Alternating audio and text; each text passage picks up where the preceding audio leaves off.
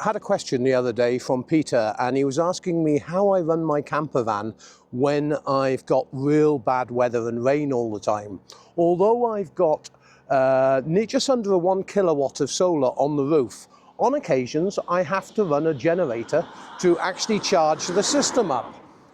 This is just because I use so much electricity with the camper.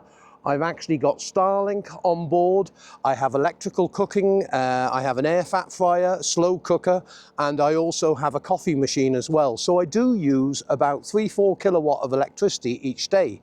And I sometimes do not have enough sun to power it. So I'm actually going to show you quickly how I use the generator system to power the camper and get the batteries back up to full capacity within a couple of hours. Now what I've got here is a 2 kilowatt generator. I could have bought a smaller generator, but the fact of the matter being is I don't like mechanical items working flat out all the time.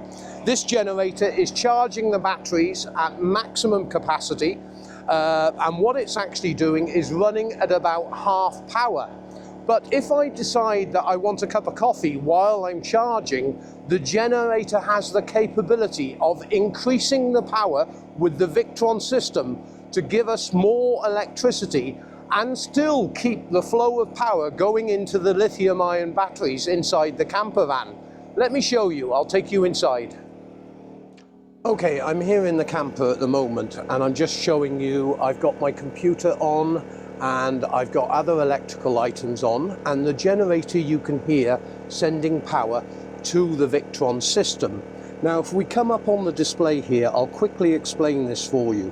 The grid is shore power.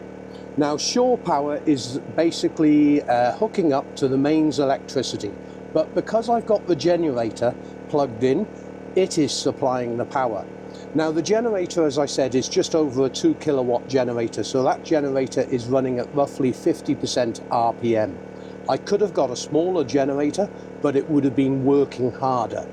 Now if we look at the screen here, 1 kilowatt coming in, charging the battery system at the maximum charge that it can take. And it will take roughly about 45 minutes to an hour to actually get up to full charge.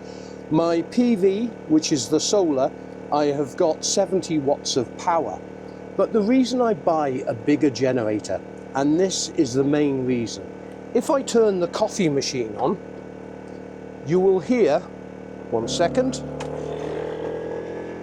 you will hear the generator increase in RPM. And if we look at the screen here now, the generator is supplying 1500 to 1600 watts of power. The AC load is 1178 watts. My PV is the same, and the battery is still getting the full amount of power it needs to charge in the shortest period of time. Let me just turn the coffee off because it's late in the evening. Now you heard the generator drop in power, and we've gone back now to a stable charge of 1000 watts. And the battery is receiving approximately 60 amp into the actual system. And there you go. That's what I have to do on rainy days. I'll put links in the description to any of these things that may be useful to other people. And there is also a video on the full Victron system that I installed in this van if anyone is interested. Thanks very much indeed for watching, and I hope that this answered your question, Peter.